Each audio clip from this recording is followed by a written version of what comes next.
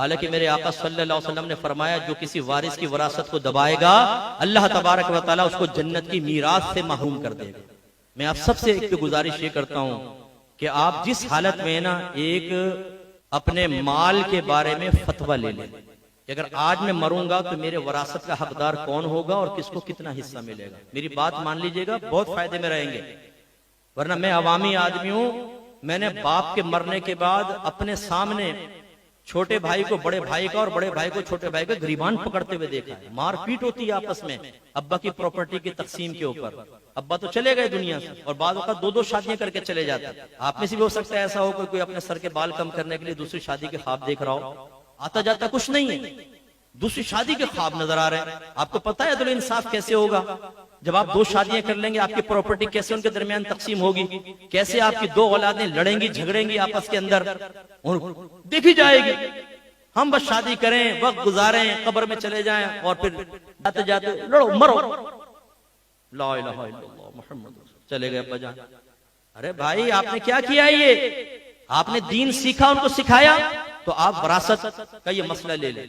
फर्ज कर लें आपके सामने ही कोई वारिस फौत हो जाए, फिर दोबारा फतवा ले लें इंशाअल्लाह, और ये घर वालों को बता दें कि इसके मुताबिक तकसीम करना, इंशाअल्लाह आप बहुत अच्छे रहेंगे। लेकिन अगर आपने ऐसा नहीं किया, कितनों को दिया हुआ है, कितनों से लेना है, कितनों को कर्जा दिया हुआ है, कितनों का देना है, कितनी प्रॉपर्टी है, कैसे तकसीम होगी, अगर आप नहीं करेंगे। पहली चीज तो मैंने देखी है, करीब तरीन दोस्त होते हैं, दोस्त का इंतकाल हुआ, अगर उसका कुछ पैसा अमानतन रखा हुआ है बताते नहीं, वारिस दबा लेते हैं फौरन। क्या पता है? मैंने करीबी रिश्तेदारों को देखा। एक खातून ने मुझसे पूछा कि वो मेरी बहन थी, उसने कुछ जेवर मेरे पास रखवा दिया था कि किसी को बताने नहीं, रख लो। अब वो फौत हो गई। मुफ्ती साहब मैंने पहले तो दिया नहीं, वारिसों को काफी अरसा गुजर गया, अब अगर मैं दूंगी तो वो कहेंगे तुमने ये दबा के रख लिया, क्या मैं अपनी बहन की तरफ से सदका कर दूं? अरे भाई तो पहले क्यों नहीं दिया उनको? तो यूं होता है, बादों का दबा लेते हैं, सगी बहनें दबा लेती हैं। अपने एक डायरी बनाएं, अगर आप मुनासिब समझे, किसको कितना दिया है, कितना लेना है, कितनी आपकी प्रॉपर्टी है, कितने बैंक अकाउंट्स हैं, उसमें कितना आपका माल है, वो लिखकर कहीं महफूज जगह रखें। और जो सबसे काबिल एतमाद उसको घर में बताएं कि मैं मर जाऊं अचानक तो ये कर लेना। बाद वक्त इतनी अचानक मौतें मैंने देखी हैं, आपको नहीं पता कि डाकुओं ने कैसे एकदम गोलियां मार दी हैं।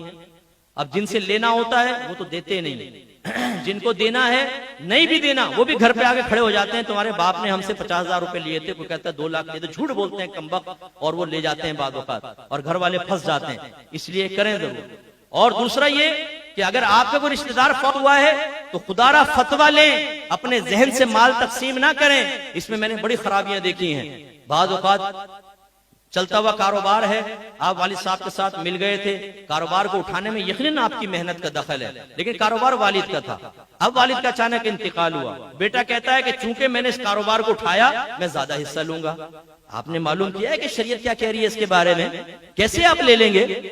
अब्बा के कारोबार में आपने मेहनत की है, आपको ज्यादा हिस्सा किस चीज मिलेगा?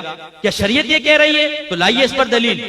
याद रखें, ये तमाम वारिसों का हक है। वालिद के इंतकाल के बाद जितना मुनाफा होता रहेगा, वरासत के हिस्सों के मुताबिक इसका नफा सब बहन भाइयों वगैरह के अंदर तकसीम होता रहेगा।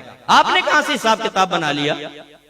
ऐसे ही अगर वालिद साहब का प्लॉट था, आपने ऊपर की मंजिल खुद बना ली कि मैं ऊपर शिफ्ट हो जाऊंगा बीवी बच्चों को लेकर, बना ली साहब। वालिद का इंतकाल हुआ तो आप कहते हैं ये ऊपर की तो मेरी है, इसका जितना पैसा आएगा वो सब मेरा होगा, बाकी नीचे का तुम लोग आपस में तकसीम करोगे, उसमें से भी मेरा हिस्सा निकालो। मालूम किया है आपने कि जिन बहन भाइयों के और अब्बा के प्लॉट के ऊपर आपने ऊपर की मंजिल बनाई, उसका कितना हिस्सा आपको मिलना चाहिए? और शरई मसला क्या है? शरई मसला ये है कि आप ज्यादा नहीं ले सकते।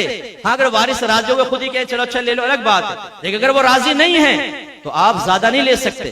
अगर आप कहें जी मेरे इस ऊपर के पोर्शन की वजह से कीमत बढ़ गई है, तो शरई लिहाज से कहा जाएगा इसको तोड़ो और इसका मलबा ले जाकर बेच लो, कोई पैसा नहीं मिलेगा तुम्हें, सिर्फ मलबा मिलेगा, मलबा बेचो जाके जाओ।